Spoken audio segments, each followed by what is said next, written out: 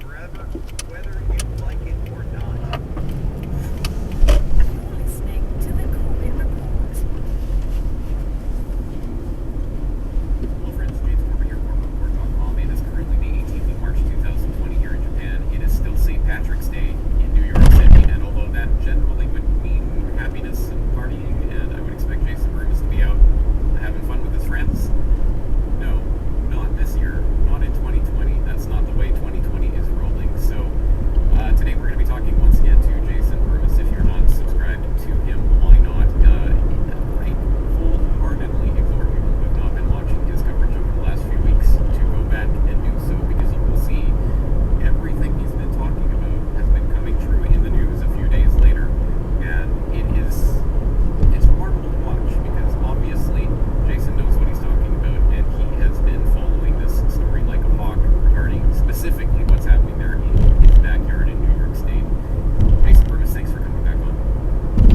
Yeah, thank you so much for having me in this very important time, and it was a little bit more lighthearted 2 weeks ago when we talked, but let's face it, we're now in a situation where the mayor of New York City has openly stated within 48 hours they will decide whether or not to have self-isolation. He said he was on the phone with the Joint Chiefs of Staff, and the Army Corps of Engineers is on the way. We know that New Rochelle was not a hot zone, it was a selectively tested zone to get the military there first for when there is panic and people do want to leave and can no longer leave, because that's the perfect spot to block off the Como Bridge, the Washington Bridge, and of course the Lincoln Tunnel. And then in New York State, even in my neck of the woods right now, we have medical tents outside. We have the governor now texting all city goers, basically declaring a New York City lockdown, self-isolation that's so far unenforced, getting people prepared, because they're talking at us like children, while telling us that the Army Corps of Engineers will also be here to retrofit buildings, including swing doors, into hospitals within the next few weeks. We'll also have drive-through centers where people can get tests run by FEMA. Local Walgreens and CVS will be used to that. And here's the thing, James.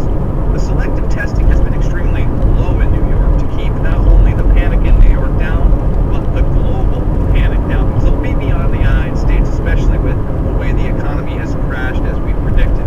Correct? So what they also announced today is by Thursday they'll be testing 200 people a day in the city. And by Saturday to Monday, somewhere in that range, it will be up to 5,000 tests a day.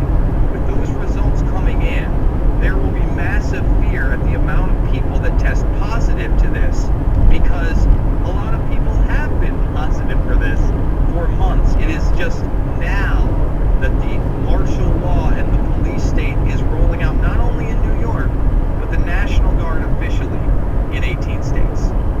Exactly right, and as I say, you've been talking about this for weeks and telling people what's coming, and as we speak, as we're recording this, apparently one of the big Twitter trends at this moment is NYC lockdown, because people are finally starting to understand it is coming. They're just prepping people to get ready for it. It is coming. So let's back it up a little bit. Let's set the stage, set the pieces. How did they prepare the public for this? Go over that selective testing in New Rochelle a little bit more so people understand why it's being done the way it is in order to prep the public. Exactly. If you remember when the first positive test came in January, there became a controversy over whether the test worked or not, right? That was rather convenient. Oh, we could have false positives and whatnot. Now I believe that as a scam to slow the testing of everybody down and basically prepare people for what was to come. So when you had this outbreak from a lawyer within the city, instead of testing people around him in the city, you tested his family, and a lawyer who was outside of the city, and then his family, and then people in that zone, because they said they were only going to be testing people that showed symptoms. Although this is 10 to 100 times more infectious than the flu, and the majority of people that get it are asymptomatic.